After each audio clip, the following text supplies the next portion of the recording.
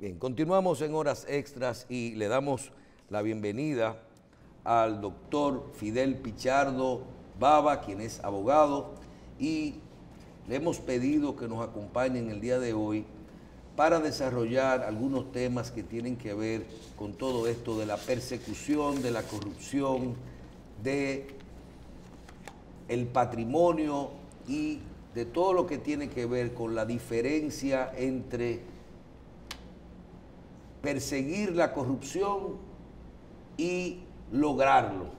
¿Hasta dónde vamos a poder desarrollar estos temas? ¿Por qué el doctor Fidel Pichardo Baba le hemos solicitado nos acompañe? El doctor Fidel Pichardo Baba, independientemente de su participación como abogado en muchos casos de este tipo, fue el representante en República Dominicana del gobierno y de las autoridades del equipo de abogados que manejó la crisis bancaria del año 2003. A raíz de este problema hubo que perseguir muchos recursos y establecer procesos que duraron años, procesos donde no había mucho conocimiento de lo que era la parte de la persecución, de seguir el dinero y de que una cosa es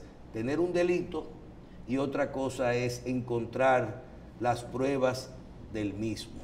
Quiero agradecer al doctor Fidel Pichardo que nos acompañara, sacara un momento en este día y que venga a Horas Extras a hablarnos de todo esto. Bienvenido, doctor. Gracias Michelle, gracias Cristino, gracias a los queridos televidentes, bueno, y por la introducción, ¿verdad? Estoy a disposición de lo que ustedes consideren que yo pueda aportar humildemente. Bien, doctor, nosotros durante todos estos días hemos hablado bastante de la necesidad que tiene la República Dominicana de combatir la corrupción y de que no haya impunidad en nuestro país. De las razones que hicieron que República Dominicana votara mayoritariamente por el Partido Revolucionario Moderno, que ganara las elecciones con un 52-53% del electorado y que dentro de este porcentaje mucha gente salió a votar buscando un cambio y buscando un se van, pero esperando de una forma inmediata la persecución, el que se manejara la justicia de una forma independiente, que se nombrara un procurador independiente, que se metieran presos los corruptos y que se les quitara el dinero producto de la corrupción que hayan obtenido. A todo esto yo quiero iniciar con algo que el doctor Castillo y yo hemos hablado en algunos momentos, y mi primera pregunta es simple. Yo quiero que usted nos hable de lo que es a lo que se llama el debido proceso. El debido proceso, ¿cuáles son las instancias, la forma que tiene un gobierno entrante, su procurador entrante, sus autoridades, a partir de que inician o continúan un caso, y cuáles son los procesos, las instancias y los tiempos medio establecidos que tienen estas instancias? Primero, para ir creándole a la gente un poquito de conciencia de hasta dónde ellos no van a conseguir o van a conseguir recuperar el dinero y meter preso a los corruptos. Claro. Mira, a partir de la promulgación de una normativa procesal penal novedosa en República Dominicana, que fue parte de una ola de reformas en el proceso penal en toda América, cuyo germen se inició en Argentina, en la provincia de Córdoba. El sistema procesal inquisitorio que teníamos pasó a un sistema totalmente diferente, donde las garantías y las pruebas son las que tienen que guiar el criterio de un juzgador y no la íntima convicción. Me explico para los profanos en este tema. En el pasado, en la época del Código de Procedimiento Criminal, primaba la íntima convicción del juzgador. El juzgador se alimentaba de los criterios externados por la acusación, representado por el Ministerio Público, por los fiscales, escuchaba a la defensa y se formaba un criterio, ¿verdad? Y sobre la base de esa íntima convicción, de ese convencimiento del juzgador, él tomaba una decisión. Esa íntima convicción no era cuestionada, porque quien tenía la inmediatez escuchando a las partes era ese juez. Y él era el que tenía la potestad casi divina de determinar la inocencia o culpabilidad de un individuo. Ese sistema cambió por completo. Vino una ola de reforma que llegó hasta República Dominicana. Recuerdo perfectamente que en la época que tú mencionabas, cuando dirigíamos los procesos de fraude bancario, tuvimos que traer de Argentina al profesor Alberto Binder, ¿verdad? Para que instruyera no solamente a los ministerios públicos, sino a nosotros como representantes del Estado, en cuáles eran los elementos esenciales de esa nueva normativa procesal penal, ¿verdad? Donde debía primar la prueba por encima de la convicción. Ya un juez no puede armar una acusación, una condena sobre la base de su criterio, sino que tiene que trabajar en la sentencia de la siguiente manera: en virtud de tal testimonio que señaló directamente al imputado tal en la comisión de los hechos, en adición a esto, de un documento, de un video, de un audio que fue legalmente acreditado en el proceso, ¿verdad? Hemos podido determinar que la presunción de inocencia ha sido destruida. Fíjense bien que antes era culpable o inocente. Ahora usted es inocente hasta que esa presunción de inocencia es destruida por el peso de las pruebas, no por el peso de la opinión de las partes ni de la íntima convicción del juez. Eso parece... O sea, que yo puedo saber que una gente es un corrupto, un ladronazo, y eso no importa, tengo que probarlo. Claro, obviamente. Entonces, eso cambió todo el paradigma en nuestro país. Además de esto, se estableció un sistema de garantías constitucionales, ¿verdad?, que fueron asimiladas por el Código Procesal Penal. Entonces, desde el artículo 1 al artículo 25, el Código Procesal Penal recoge todas las garantías que están amparadas en la Constitución, que deben amparar un proceso. A eso se llama el debido proceso. Uno es, usted es inocente hasta que se le pruebe lo contrario, usted tiene el derecho a guardar silencio, todo lo que usted exprese puede ser utilizado en su contra, pero tiene el derecho de guardar silencio, y ese silencio no puede ser indicio de culpabilidad. Tiene el derecho de tener presente permanentemente un auxiliar de la justicia, un abogado, durante el interrogatorio. Las pruebas deben ser recabadas mediante autos ordenados por un juez, ¿verdad?, o una autoridad competente, en este caso un juez de la instrucción. Usted tiene el derecho al juez natural, y también prima, creo que es la garantía principal, el principio de legalidad. El principio de legalidad, que es de orden público, implica lo siguiente: que usted tiene que hacer no lo que usted interpreta de la ley, sino que tiene que hacer exactamente lo que dice la ley. Seguir estrictamente la letra de la ley. Pongo un ejemplo. Cuando yo era estudiante de Derecho Penal Especial de la magistrada Miriam Germán Brito, precisamente, hace muchísimos años, en el año 84, me dio clases la profesora Miriam Germán Brito, a quien admiro y quiero entrañablemente. Ella explicaba el principio de legalidad y la interpretación estricta de la normativa procesal penal, sobre todo, de la siguiente manera: el estupro se describía como el ayuntamiento carnal, normal e ilícito de un hombre contra una mujer. Normal es, óigame bien, ayuntamiento carnal, normal e ilícito. Normal es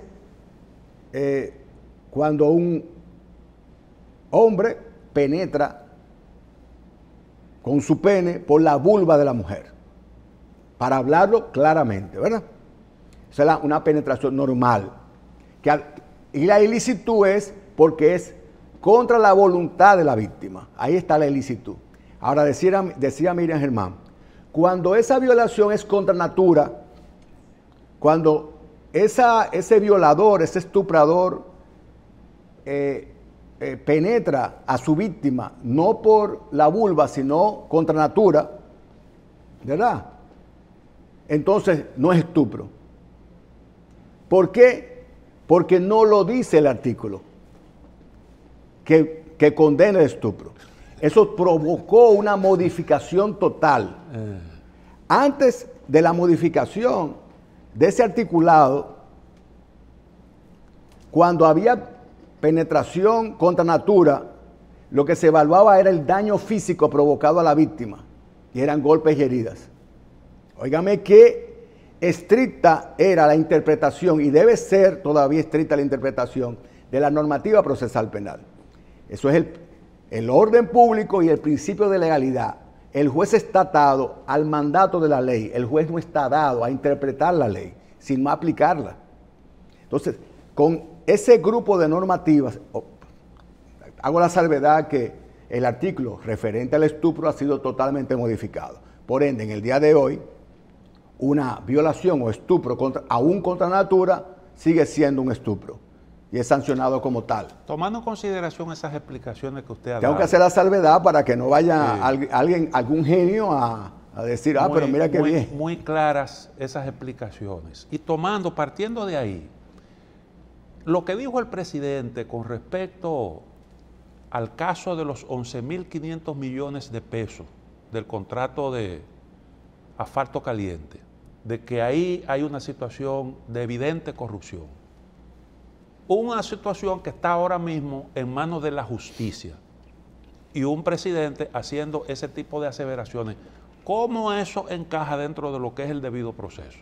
Mira, el Poder Ejecutivo, solo con las palabras del presidente, ha violentado ese debido proceso, desde mi punto de vista. Porque quien está accionando, depositando documentación, son subalternos del Poder Ejecutivo. Él se comprometió de antemano a tener una justicia independiente, un ministerio público independiente. El Poder Judicial es un poder totalmente diferente. Ahora, el Ministerio Público, por el nombramiento del Procurador General de la República, que es el máximo representante, depende del presidente. Él se comprometió a que fuera independiente. Si él está prejuzgando, poniéndole una etiqueta a un expediente depositado por su subalterno, que es el encargado de compra y contrataciones, simple y llanamente está violentando esa palabra. Y posiblemente esté violentando otro principio que él desconozca, porque no es abogado, que es el principio de objetividad del Ministerio Público. No hay manera de que la magistrada Miriam Germán, persona honesta, capaz, sin la menor duda de su honorabilidad, escape de violar el principio de objetividad cuando quien la nombró ha prejuzgado un expediente que ni siquiera cuenta, estoy casi en la plena seguridad, con una auditoría de la Cámara de Cuentas o un experticio que determine si en el suministro de esta mercancía, en este caso asfalto, hay irregularidad o corrupción. Esas son las falencias. Cuando se liga la política con la justicia, se cometen ese tipo de errores. Yo explicaba, Cristino, el tema de la interpretación estricta de la ley, para que la gente sepa que no basta la vocinglería, no bastan las redes sociales, no basta el rumor público. La magistrada Miriam Germán sabe que tiene en sus manos una labor muy ardua, que es recabar pruebas que sustenten ilícitos. Recabar pruebas que sustenten ilícitos, no al revés. No al revés. La mayoría de las veces en nuestros países subdesarrollados, y el subdesarrollo tiene que ver con eso, con falta de institucionalidad, se prejuzgan en redes sociales o por el rumor público si un individuo es un delincuente o no. Entonces, sobre la base de ese prejuicio, se pretende construir un caso. ¿Me sigue, Cristino? Sí. O sea, ese tipo debe ser culpable. Y en las redes sociales, ese tipo es un corrupto. Bueno, como todos creemos que es un corrupto y no conocemos la ley aunque, del proceso. No, pero los que opinan no conocen al individuo, no conocen la familia del individuo, no saben el día a día del individuo. Simple y llanamente son, sobre la base del inconsciente colectivo, repetidores de afirmaciones que pueden ser ciertas o no. El problema es que entonces se genera una percepción de culpabilidad preconcebida.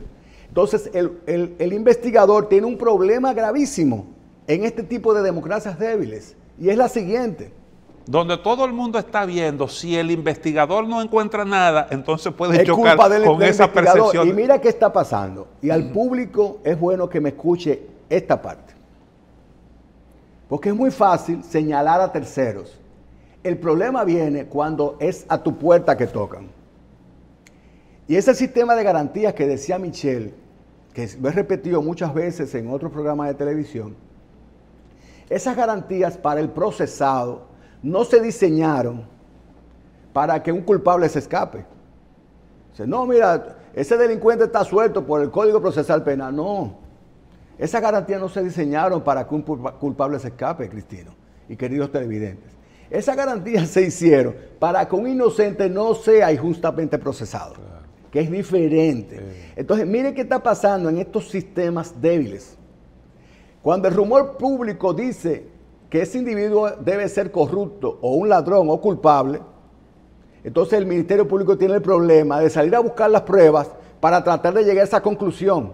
Y cuando ese investigador no llega a esa conclusión, pueden pasar dos cosas.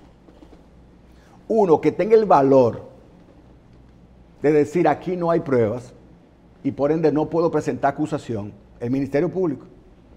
O dos, que es lo que más frecuentemente pasa en nuestro país. Un expediente poco es lo siguiente. sustentado. Yo voy a presentar acusación aunque no haya pruebas o las pruebas sean débiles.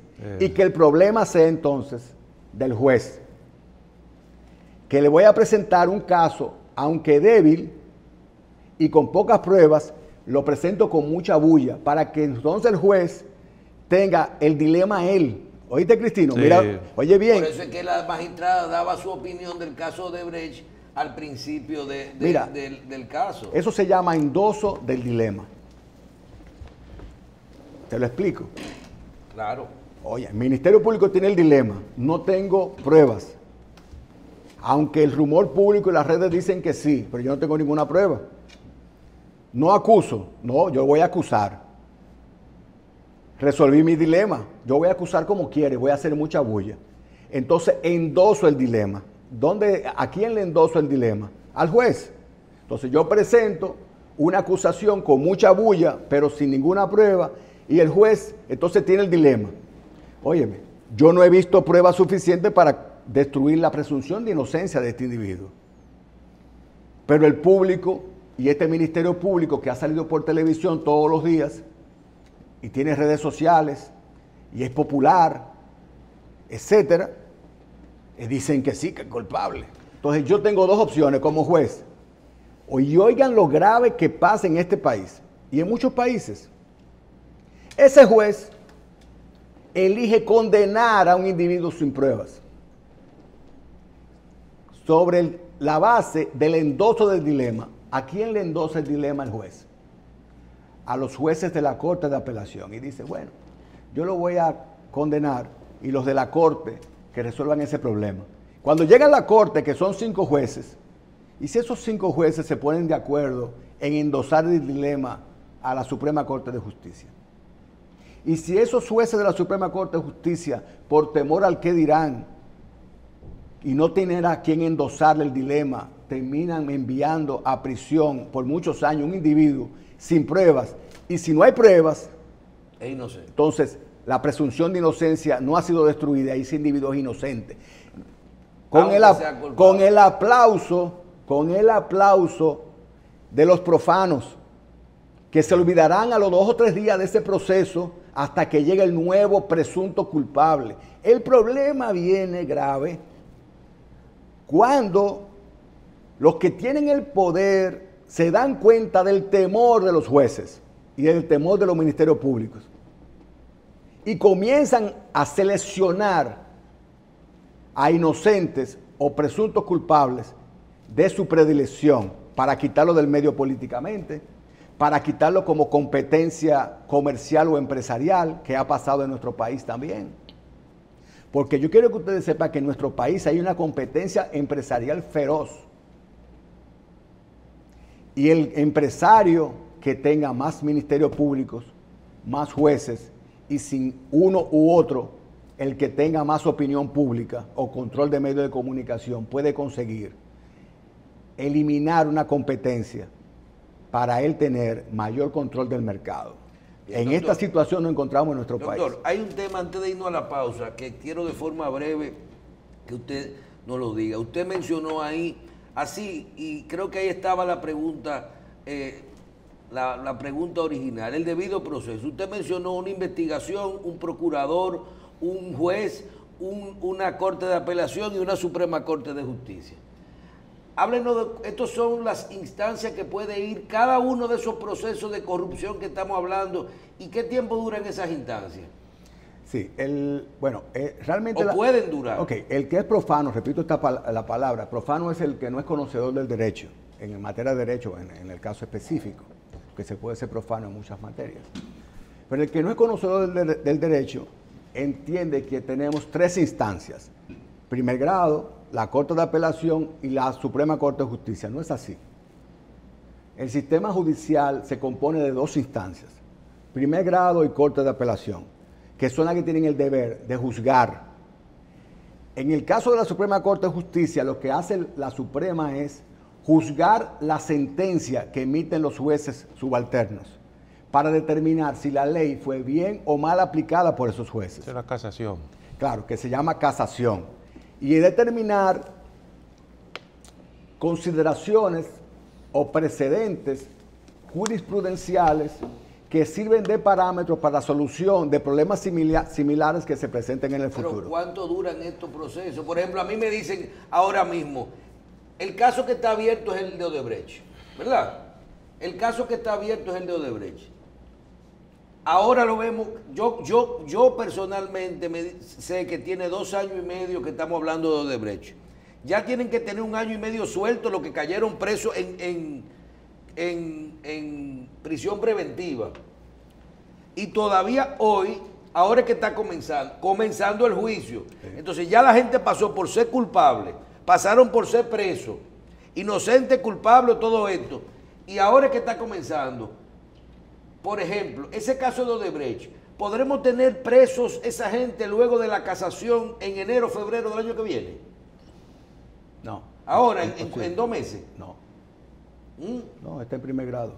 ¿Y qué tiempo dura el primer grado? Mira, el caso Odebrecht, por la multiplicidad de actores, de imputados, y por la complejidad de las operaciones, se ha declarado un caso complejo. De acuerdo a la normativa procesal penal, cuando un caso es declarado complejo, los plazos se duplican, ¿verdad? El plazo máximo que tiene el Estado Dominicano a través del Ministerio Público para juzgar a un individuo es de 3 años, ¿verdad? Desde el primer grado hasta el último grado, hasta el último día del proceso. ¿Del primer grado? No, desde el primer grado hasta la conclusión del proceso. O sea, de lo que comenzó ahora. No, vamos de nuevo. Cuando yo digo el plazo máximo que la ley le otorga al Estado es que si tu Estado, a través del Ministerio Público, ha decidido presentar una acusación contra un individuo, contra un solo individuo o 10 individuos, tu Estado, con todo el poder que tienes para investigar, tienes un plazo de 3 años para concluir este proceso. Desde el momento en que presentan la acusación. Desde el día que, desde el día que presenta la acusación o desde el día en que existe una medida de coerción. Como ellos tuvieron medida de coerción casi de inmediato, estamos contando desde el día en que lo apresaron. Tienen que pasar 3 años. Vencidos esos 3 años, si no ha concluido el proceso, y con una sola salvedad es que ese retardo haya sido provocado por incidentes estériles de los mismos imputados, entonces usted puede solicitar la extinción del proceso. La extinción del proceso es que tu Estado no tuviste la capacidad de juzgarme y condenarme hasta última instancia en los 3 años que te otorga la ley. Y la sanción a esa negligencia al Estado es la extinción del proceso. Ahora, en caso porque se considera que una persona procesada está sufriendo como consecuencia. No puede ser para siempre. Exactamente. Entonces, cuando se trata de casos complejos, esos plazos se duplican. Entonces, en el caso de Odebrecht, que acaba de recomenzar el proceso de fondo, tengo entendido, en primera instancia, porque la Suprema Corte de Justicia se desapoderó, ese proceso va a tener incidentes antes de la primera presentación de pruebas, va a tener incidentes hasta enero o febrero. En ese caso, ¿el plazo vuelve a correr de nuevo o ya hay hasta enero o febrero? Sí. ¿Y entonces de ahí qué pasa? No, incidentes son todos los escollos procesales que los abogados, que todos son muy buenos. Pero luego entra el juicio de fondo. No están en juicio de fondo. Pero dentro de ese juicio de fondo, los abogados que están presentes pueden tratar de resolver todos los escollos, todos los incidentes previos al inicio formal de la presentación del caso. ¿Cómo se inicia ese caso? Pero vamos a suponer que el año que viene, a mitad de año, nosotros tengamos ya que terminaron el proceso. ¿Cuándo comienza entonces la apelación? A ver, yo te voy a ayudar a reformular la pregunta. Sí. Ok. Mira, el proceso de fondo comienza con la lectura de la acusación. Tomé esta hoja prestada para decirte que el magistrado los magistrados jueces le dicen a la Fiscalía, Ministerio Público, ¿de qué ustedes acusan a estas personas? ¿Y qué pruebas poseen? Entonces, toman el documento de acusación con las pruebas y le dan oralidad, porque el juicio es oral, público y contradictorio. Y aunque ellos tengan una instancia escrita de 40 páginas con su acusación, lo que ellos hacen es que la oralizan para darle cumplimiento a la ley. Entonces, presentan su acusación y las pruebas, ¿verdad? Entonces, luego pasa a la respuesta a la defensa, a cada defensa, uno a uno. Luego va al proceso de acreditación de pruebas, o sea, la exhibición de la prueba 1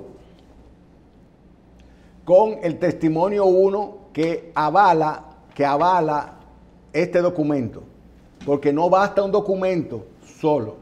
La prueba madre en materia penal es la prueba testimonial, como es la prueba madre en materia civil, la prueba documental, por lo que un documento por sí solo no puede llevar a la condena de un individuo. Debe haber una persona, un ser humano, que avale la legitimidad de ese documento, lo que se llama acreditar el documento con un testimonio, ¿verdad? Documento, testigo. Bien.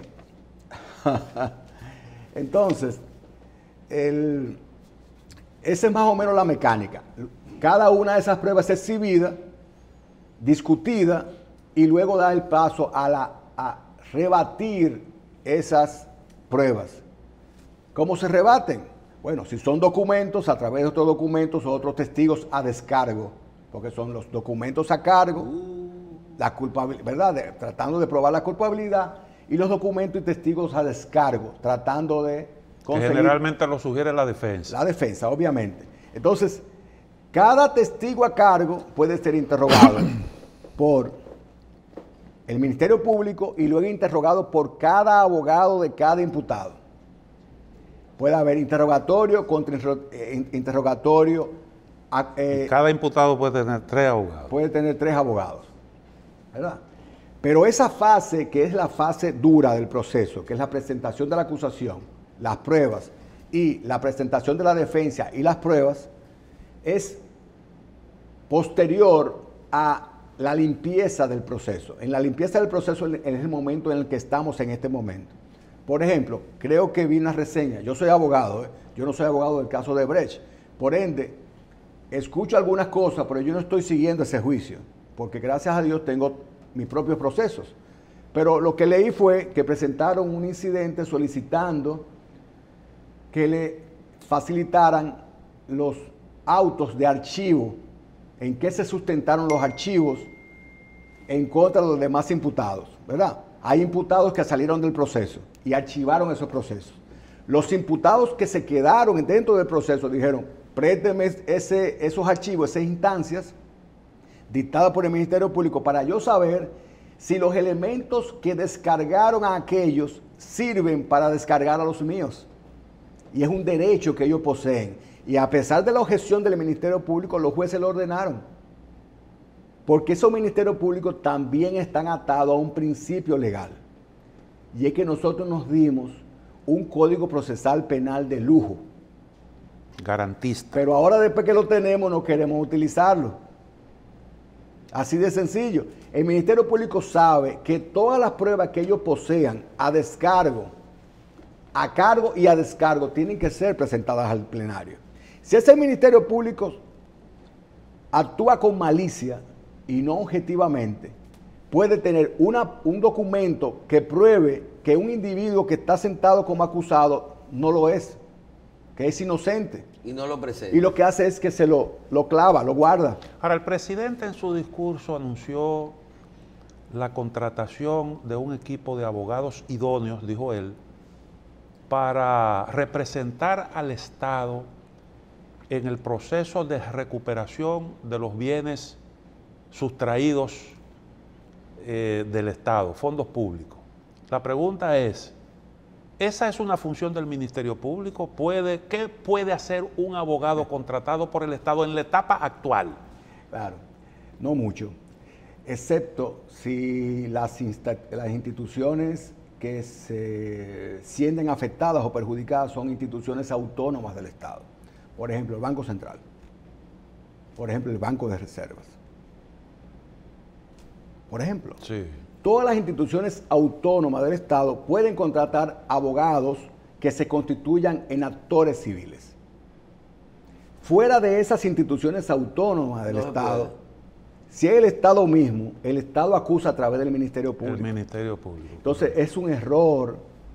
Pero que a lo mejor quien está contratando a su abogado es el Ministerio Público. No, el Ministerio Público puede contratar abogados como técnicos de soporte para investigación, ¿verdad? Y podría darle funciones especiales como peritos, técnicos, investigadores. Pero quien debe ejercer el rol de exposición de esos peritajes eventuales, ¿verdad? O de esos informes técnicos de esos abogados contratados, externos contratados, es el propio Ministerio Público quien no puede delegar sus funciones. Bien, vamos a una pausa, conversamos con el doctor Fidel Pichardo Bava sobre todo lo que es el debido proceso en la justicia de la República Dominicana.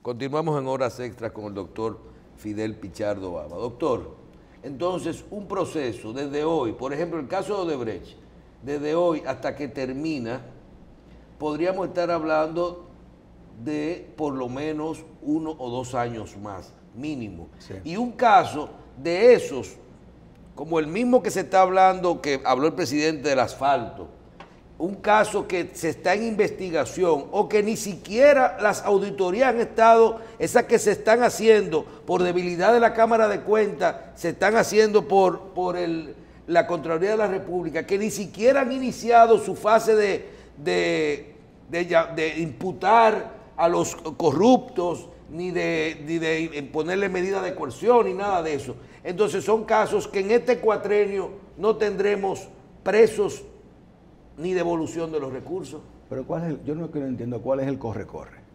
No, el corre-corre, no, aquí estamos hablando de... Lo que no entiendo es Pero contésteme, doctor, porque usted me ha evadido la pregunta 4 veces. Yo quiero saber el tiempo de la justicia dominicana. Si es verdad que nosotros aquí vamos a dejar de gobernar un país por la presión que tenemos los dominicanos de ver las personas presas y el uso cada vez que van a subir los impuestos vamos a decir que primero quiten el dinero.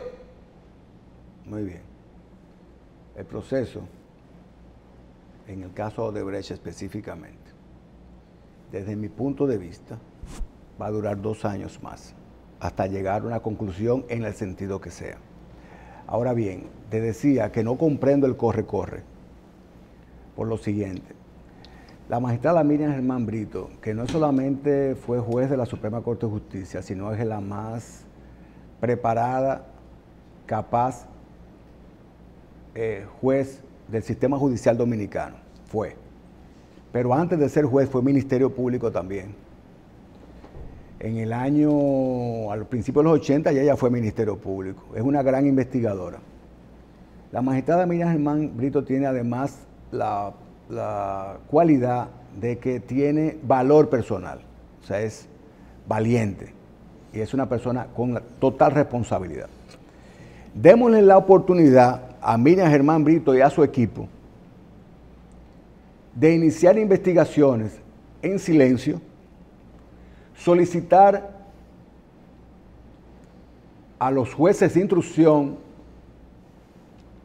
las medidas necesarias para que los bancos den la información, las medidas necesarias para que Impuesto Interno dé la información, el tiempo necesario para que la Procuraduría General de la República, en representación del Estado Dominicano, le pida a bancos extranjeros información del flujo de dinero, el tiempo suficiente para que esas decisiones de jueces de instrucción en República Dominicana sean homologadas por los países que reciban la solicitud de información y cooperación, que esas informaciones lleguen a República Dominicana para determinar si un individuo que ha estado en una posición pública ha tomado ese dinero, ha constituido 5, 6, 10 o 50 compañías en Panamá, en Delaware, en Islas Vírgenes, en Gran Caimán o en las Islas Seychelles, en Asia, que son los paraísos fiscales por antonomasia, y determinar si hay un flujo de dinero hacia esos paraísos fiscales. Pero eso no es de un día para otro. Y eso es rastreable, lo que circula por los paraísos fiscales. Es perfectamente rastreable. ¿Por qué? Porque ya hay un acuerdo general de flujo de información entre todos los países. Especialmente, Cristino, cuando se utilizan 2 tipos de sistemas, que es el sistema ABA o el sistema SWIFT. Cuando tú vas a hacer una transferencia internacional, o tú, Michelle, o el público, usted va al banco, le dicen, deme su ABA o deme el SWIFT. Ese es un código internacionalmente reconocido para generar transferencias. Desde que pasa por el ABA o por el SWIFT, ya es detectable, aunque el receptor sea las Islas Seychelles en el Pacífico, cuya única actividad comercial es tener cuentas de extranjeros que quieren ocultar su dinero. Y ese mismo procedimiento se usa cuando el dinero llega a los paraísos fiscales, porque hay gente, por ejemplo, que constituyen varias compañías. Yo le transfiero a una y esa transfiere a la otra. Pero todas tienen que hacerse el mismo procedimiento. Por 2 maneras, o por ABA o por SWIFT. Y si no lo hace así, es con 2 maletas llenas de dinero. Entonces, tienen que violentar las aduanas de donde salen y de donde llegan. De eso le quería decir, ¿Me entiendes? doctor, Entonces, vamos a hablar de la investigación, pero yo quiero que usted haga una pausa, porque con el caso de Odebrecht... es que se me va a ir la idea, espérate, Dígame. Michelle, voy a decirte lo siguiente. El plan B es darle tiempo a investigar con sigilo, con cuidado, con autorizaciones de interceptación electrónica legales, o sea, ordenadas por un juez de la instrucción, determinar los lugares donde estos individuos, que son PEP, que son personas políticamente expuestas, pudieran tener el dinero en efectivo.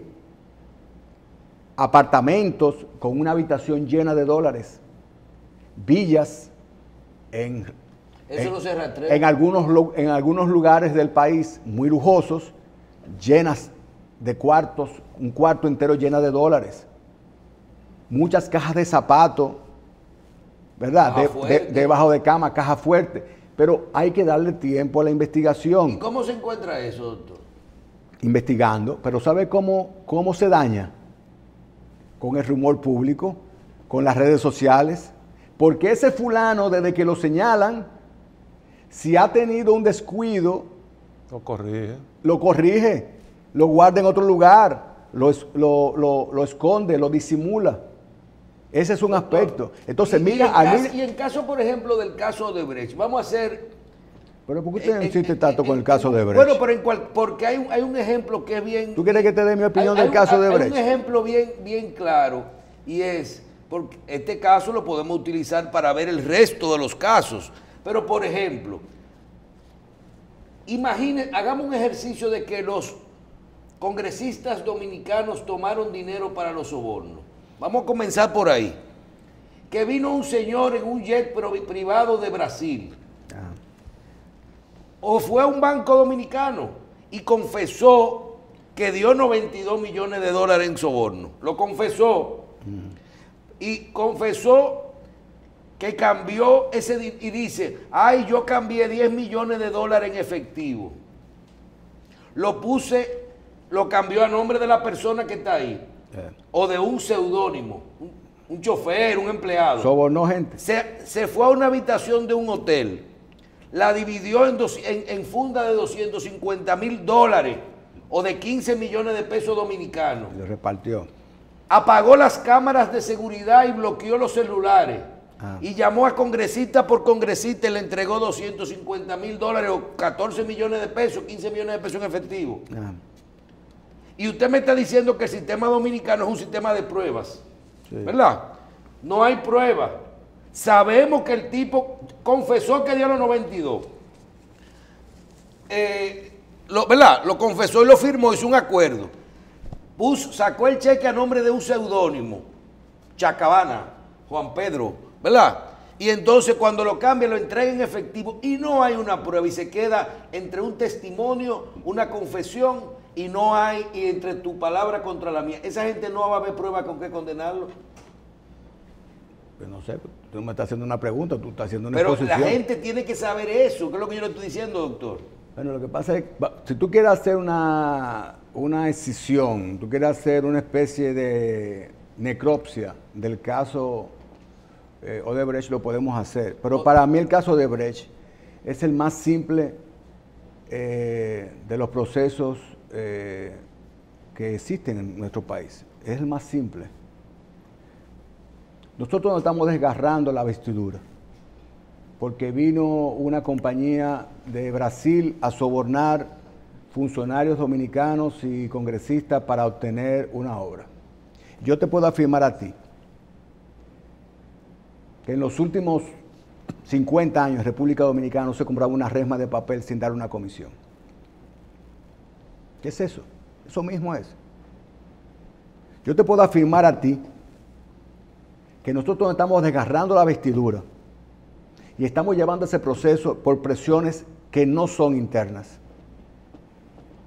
Y te puedo asegurar a ti que no existe un real interés en perseguir la corrupción. En República Dominicana estamos en el país donde a un intendente policial o militar se le cambiaba o se le cambia, no sé todavía, cada 6 meses.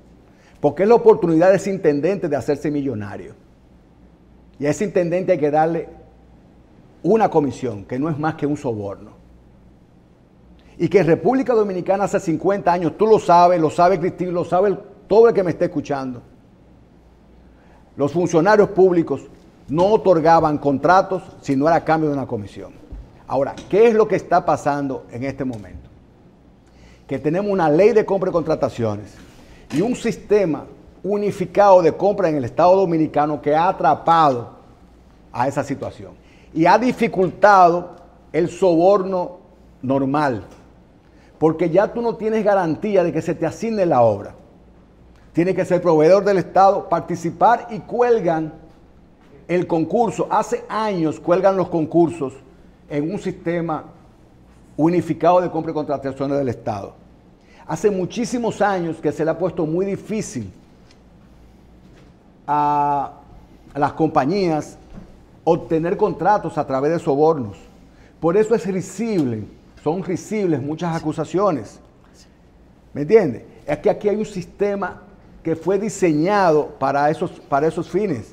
En el año 2006, yo tuve el privilegio de participar en una reunión de consultores jurídicos de República Dominicana y algunos países latinoamericanos, donde la mayor conquista que tratábamos de conseguir era la criminalización de la evasión de impuestos, para determinar que la evasión de impuestos sea un delito precedente del lavado de activos. Ya lo es aquí. Y ya lo es, que fue una lucha de años. Pero no es retroactivo. Es uno. Y lo segundo, un sistema de compra y contrataciones transparente y unificado que ya lo tenemos hace años. Por ende, la corrupción en el Estado Dominicano, al momento de ser investigada, tiene que ser investigada con otros mecanismos al margen de las licitaciones. Porque en las licitaciones es muy difícil que haya corrupción, a menos que usted controle todas las compañías participantes o usted sea un proveedor casi exclusivo de un producto casi exclusivo del Estado Dominicano. Y en lo que respecta al patrimonio de las personas, ¿funciona entre nosotros la inversión de las pruebas? O sea, yo tengo que demostrar que es lícito lo que tengo. Sí, el gran problema, Cristina, es una pregunta importantísima. El gran problema que planteaba la evasión de impuestos como delito precedente de lavado de activos era precisamente eso, que esa legislación estableció la inversión del fardo de la prueba. Entonces, si tú tienes un incremento patrimonial no justificado, tú tienes que justificar tu incremento patrimonial. Antes de esa legislación, quien te estaba investigando tenía que probar que ese incremento patrimonial era ilícito. Tú dices, mira, yo tengo 100 millones de pesos. ¿Cuál es el problema? O sea, eso es problema tuyo. Que yo tenga 100 millones de pesos te molesta al investigador, al fiscal. Y el fiscal dice, antes tenía que decir, bueno, no me molesta. Entonces, sal a investigar si yo me lo robé. Sal tú a investigarlo. Ahora no. Ahora el investigador dice, mira, tú tienes 100 millones de pesos. ¿De dónde lo sacaste? Tú tenías 20 cuando comenzaste la función, ahora tienes 100, tú tienes 80 de más. Si tú no pruebas tú, que te estoy imputando, si tú no pruebas tú que el origen ilícito de esos fondos, te acuso por enriquecimiento ilícito y corrupción. Eso se llama la inversión del fardo de la prueba. Y eso era la parte más delicada. ¿Por qué? Porque violaba principios constitucionales. Entonces, ¿qué se hizo? Se determinó constitucionalmente amparar ese artículo para que en caso de enriquecimiento ilícito hubiera inversión del fardo de la prueba. Eso hace importante la declaración de bienes. Claro, lo que pasa es que tenemos una ley de declaración jurada de bienes y no le hacemos caso. Lo importante es declarar cuando tú comienzas, investigar tu declaración de cuando tú comienzas es importantísimo, Cristino. No cuando tú terminas. Sí, pues cuando tú comiences que tienes que determinar si ese dinero que tú tienes es el correcto. El que tú dices tener es el correcto. Que es el gran error que se está cometiendo ahora. ¿Me entiendes? Que están cuestionando ya no se puede proyectar la corrupción. Claro. Si tú investigas eso. Y es el error que está cometiendo ahora mismo con eso. Vamos a pedirle a los que salieron no tienen problema, porque nadie es tan bruto de poner una declaración él mismo, que eres tú que la presentas, con más patrimonio si tú no lo puedes justificar. Claro. Lo que queremos decir es lo siguiente. Un funcionario podría proyectar la corrupción, diciendo, en su declaración lo que me voy a robar lo voy a poner aquí. Lo que potencialmente me voy a robar. Ahora tiene que probarlo. Mis expectativas de robo, yo tengo 10 millones, mis expectativas son tener 200, cuando terminas de poner aquí tengo 200 ya. Esa es la que hay que investigar. Y entonces, luego de investigar esa, si se determina que es un punto de partida. Si se determina que es una declaración falsa, hay que separarlo del cargo de inmediato, porque es un individuo que fue a esa posición a tratar de robar a través de la corrupción o obtener a través de la corrupción lo que él dice que ya tiene sin tenerlo. El caso de la ministra de la Juventud. Es un poco incómodo poner eso como ejemplo. Sí. Pero ahora mismo hay todo un alboroto. La quieren crucificar porque ahí declaró un patrimonio que usted no puede decir así prima facie que es un patrimonio mal habido, ¿verdad? Ella lo puso ahí y, bueno, una fortuna puede tener un origen lícito. Eso que ahora mismo se está generando, ¿usted cree que es producto del ambiente que se ha creado o hay una situación ahí que amerita de algún tipo de investigación? Mire, Cristino, hay una anécdota que hacía a mí Abel Hasbún, paz descanse. Él decía que él estaba en una marcha de la Universidad Autónoma de Santo Domingo y de repente comenzaron a correr por la calle del Conde. Él no sabe por qué, pero él también corría. Sí. Entonces él se detuvo un momento y dijo, óyeme, yo estoy actuando como masa, no como individuo. Eso es un concepto, se llama inconsciente colectivo. A donde tú miras hacia arriba, en el Conde, y de repente va a haber 100 gente mirando hacia arriba, pero no saben por qué. Eso se llama inconsciente colectivo. Sí. Igual pasa en los temas de presunción de corrupción, en el tema sobre todo de corrupción. El morbo provoca que la gente mire hacia arriba, que emita opiniones, que condene y la pide. Igual que cuando pidieron que soltaran a Barrabás y condenaran a Jesucristo guardando las distancias. A esa vocinglería de la muchedumbre no se le puede hacer caso, porque las redes sociales son el invento más importante que un grupo de estúpidos han logrado descubrir para expresar sus tonterías. Entonces no podemos hacerle caso a eso. Yo creo que si me preguntan, en esta parte, si me preguntan que yo creo que el Estado dominicano, cuando digo el Estado, Poder Ejecutivo, Legislativo, Poder Judicial, debe hacer. En el caso del presidente, me luce que él debe hacer lo que tiene que hacer como presidente: presidir, gobernar, dejar que el Poder Judicial y el Ministerio Público que él dispuso como independiente investigue. No dejarse guiar por las redes sociales. Él tiene a la mejor persona. Cristino, si yo fuera a construir el edificio de una República Dominicana moral, honesta, honorable, el primer ladrillo que yo pusiera fuera Miriam Germán para hacer la zapata. Si tú tienes como contrapartida de Miriam Germán, que es más que suficiente, tienes a Jenny Berenice Reynoso, una mujer íntegra, capaz y también con mucho valor personal. Óyeme, tú tienes un ministerio público de lujo, pero tienen que dejarlo trabajar. Porque si todos los días el presidente, no importa cómo se llame, en este caso se llama a Luis Abinader, sus funcionarios, o su público, o las redes sociales, van a tratar de señalar todos los días a personas involucradas en la corrupción, no hay manera que Miriam Germán tenga ni tiempo, ni el personal, ni la capacidad para complacer peticiones. A Miriam Germán, presidente, al pueblo dominicano, a la magistrada Miriam Germán, que es una heroína, una mujer íntegra, preparada, responsable y con valor personal, hay que dejarla trabajar. Presidente, déjela trabajar. Los miembros del gobierno, déjenla trabajar. No salgan a gritar, que ella no necesita los gritos, ella lo que necesita son las pruebas. Y cuando tengan las pruebas a los funcionarios públicos, llévenla en silencio a donde Miriam Germán, que no es un concurso de popularidad, a ver quién consigue más. ¿Quién esconde los cuartos más rápido? No, o cuál es el funcionario actual que descubre la mayor corrupción en su institución. Si descubre algo, tome esa prueba que usted cree que es una prueba y llévela a donde la Procuradora General de la República y que ella haga su trabajo. Es el mejor consejo que le puedo dar. Bien, vamos a agradecer al doctor Fidel Pichardo Baba su participación con nosotros en Horas Extras el día de hoy. Vamos a decir al doctor Castillo que usted ve que no había mucho que...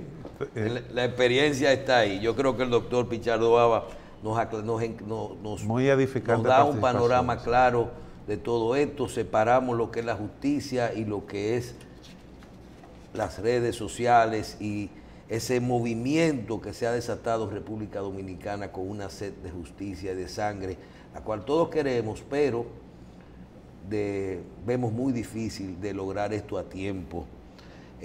Y en el tiempo que la sociedad dominicana lo procura. Yo me voy más allá, yo no creo que es solamente un tema de redes sociales, yo creo que hay un voto ahí que justificar y que hacerle quedar bien a... Se construyó una percepción. Además, le digo lo siguiente, no es verdad que todo lo que pasó en el gobierno pasado y en el PLD era bueno, no todo era bueno, pero tampoco es verdad que todo era malo. Eso no es verdad, porque las realizaciones están ahí. Tenemos una mejor República Dominicana. Ahora, quien metió la mano, quien cometió un acto de corrupción, si hay pruebas que lo condenen. Y suerte que tenemos una procuradora que es capaz de, si no hay pruebas, simplemente decir que no va a presentar ningún tipo de acusación. Bien. Doctor del Castillo, muchísimas gracias. Señores, gracias por su audiencia el día de hoy. Nos vemos en Horas Extras, en otra edición la próxima semana.